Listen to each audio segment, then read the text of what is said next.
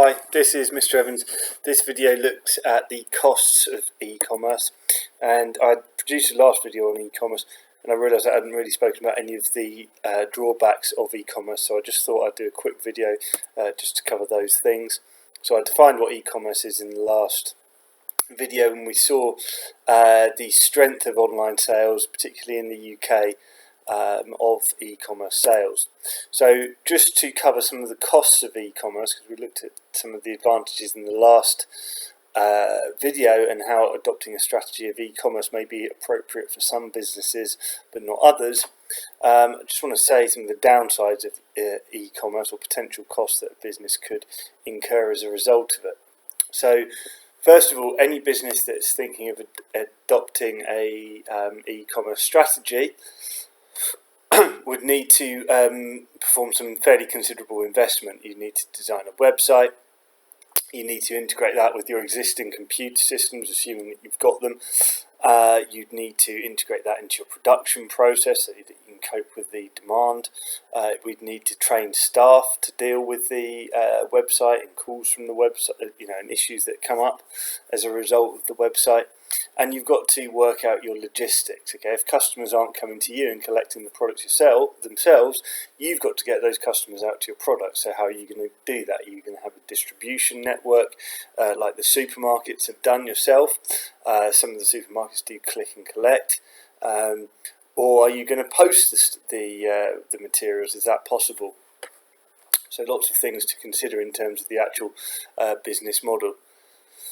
There are cybersecurity threats, and businesses like TalkTalk in the UK have experienced cyber attacks where the company has been attacked by hackers and the personal data of customers has been stolen. This is a real issue for the business because it makes customers doubt whether their personal information and data is safe with businesses, particularly those who have experienced cyber attacks, and consumers might be worried that their credit card information and things like that is getting stolen. So cybersecurity is a real issue for businesses, and there's, if you look up cybersecurity threats, there's plenty on Google there to scare you. In terms of other businesses adopting e-commerce, e-commerce tends to have lowered barriers to entry. In other words, it's much easier for new businesses to enter markets, or it tends to be. We mentioned in the last video, you don't need to spend money on a shop, etc.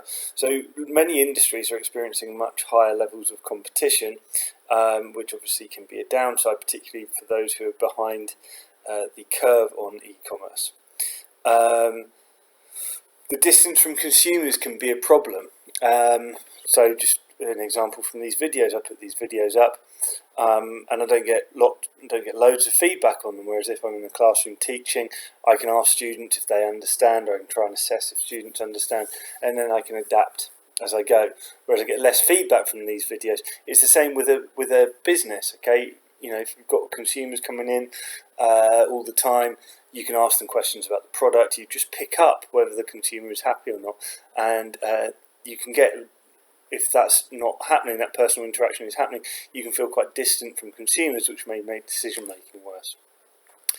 Finally, lots of products are ones that consumers would want to try on. For example, I remember years ago buying a watch on a website and trying it on, and it was not what I expected it to be. It was far, far bigger than I thought it would be, even though they gave me the dimensions I expect in the but the picture didn't match the good I had in front of me, or at least I felt that it didn't, and therefore e-commerce businesses can experience returns. It's an issue with clothing. Different companies have different sized shoes. For example, I'm one size shoe for Adidas and another for Nike. So consumers can't try things on, which means that businesses have to deal with, e-commerce businesses may have to deal with a lot of returns, and a lot of them offer free return services, so that can be a huge cost for these businesses.